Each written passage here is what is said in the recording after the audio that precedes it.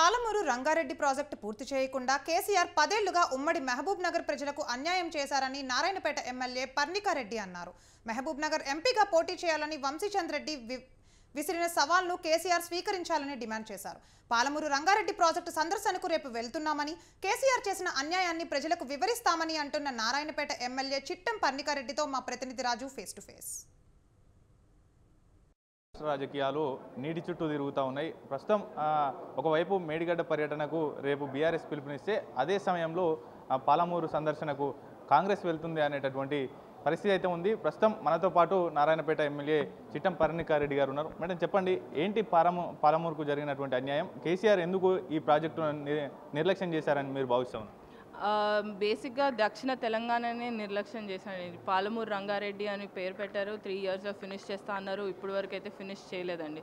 So ఆ finishing status కూడా ఎక్కడి వరకు ఉందో కూడా మాకు తెలియదు. కానీ వాళ్ళు ఎలక్షన్ ముందు ఒక పంప్ స్టార్ట్ చేసి మాత్రం చెప్పడం జరిగింది, మోటార్ స్టార్ట్ చేసి చాలా ఎకరాలకు నీళ్ళు వస్తున్నాయని చెప్పడం జరిగింది.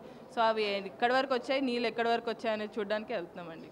పాలమూరును వలసల పాలమూరు నుంచి పచ్చదనం బయట పరుచుకున్నటువంటి పాలమూరుగా సస్యశ్యామలం చేశామనేటటువంటి మాటలను మీ జిల్లాకు సంబంధించినటువంటి మంత్రిగా ఉన్నటువంటి నిరంజన్ రెడ్డి చెప్పడం జరిగింది. అలాగే కేసీఆర్ కూడా చెప్పడం జరిగింది. అంటే అవన్నీ అవాస్తవమా?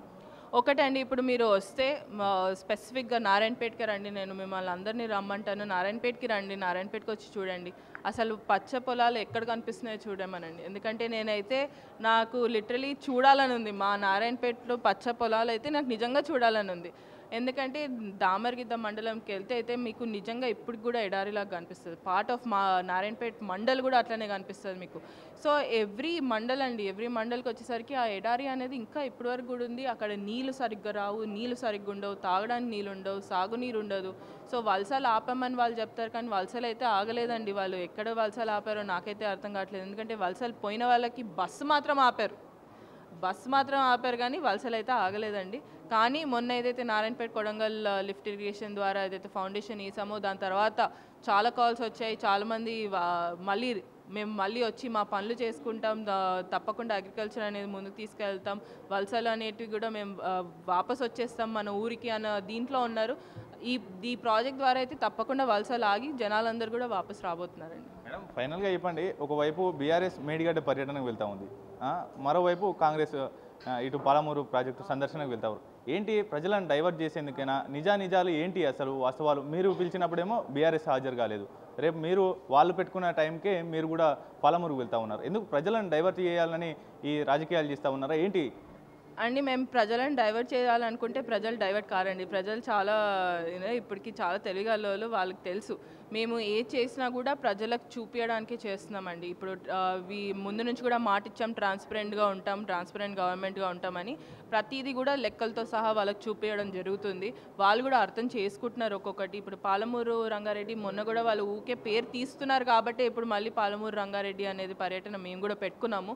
ఎందుకంటే మేము కూడా చాలామంది కొత్తగా ఎన్నికైన శాసనసభ్యులం ఉన్నాం. దాంట్లో అసలు మాకు పోటీ అనుకోండి, ఏమన్నా అనుకోండి, ఇప్పుడు మీరు అలా క్రియేట్ చేసుకుంటే అలా కూడా క్రియేట్ చేసుకోవచ్చు, పర్లేదు. కానీ మాకు పాలమూరు ప్రజలకి మేము చూపించుకోవాలి, మేము ఆన్సరబుల్ కాబట్టి వాళ్ళకి చూపించడానికి అసలు ఏంటి నిజాలని తెలపడానికే వెళ్తున్నామండి. Thank you. ఇది ఓవరాల్గా పాలమూరు రంగారెడ్డి ప్రాజెక్టుకు సంబంధించి కూడా పెద్ద ఎత్తున సందర్శన చేయబోతూ ఉన్నాము. ఆ ప్రాజెక్టుల వల్ల పాలమూరు ప్రాంతానికి జరిగినటువంటి అన్యాయాన్ని ప్రజలకు వివరించేందుకే వెళ్తూ ఉన్నాం తప్ప ఇది ఎటువంటి పోటీ రాజకీయాల కోసం కాదు అంటూ కూడా ఆమె చెప్పడం జరిగింది. నారాయణపేట ఎమ్మెల్యే పర్ణికారెడ్డి చెప్తున్నటువంటి పరిస్థితి ఉంది. కెమెరా పర్సన్ సుధాకర్తో రాజు, స్వతంత్ర టీవీ, హైదరాబాద్.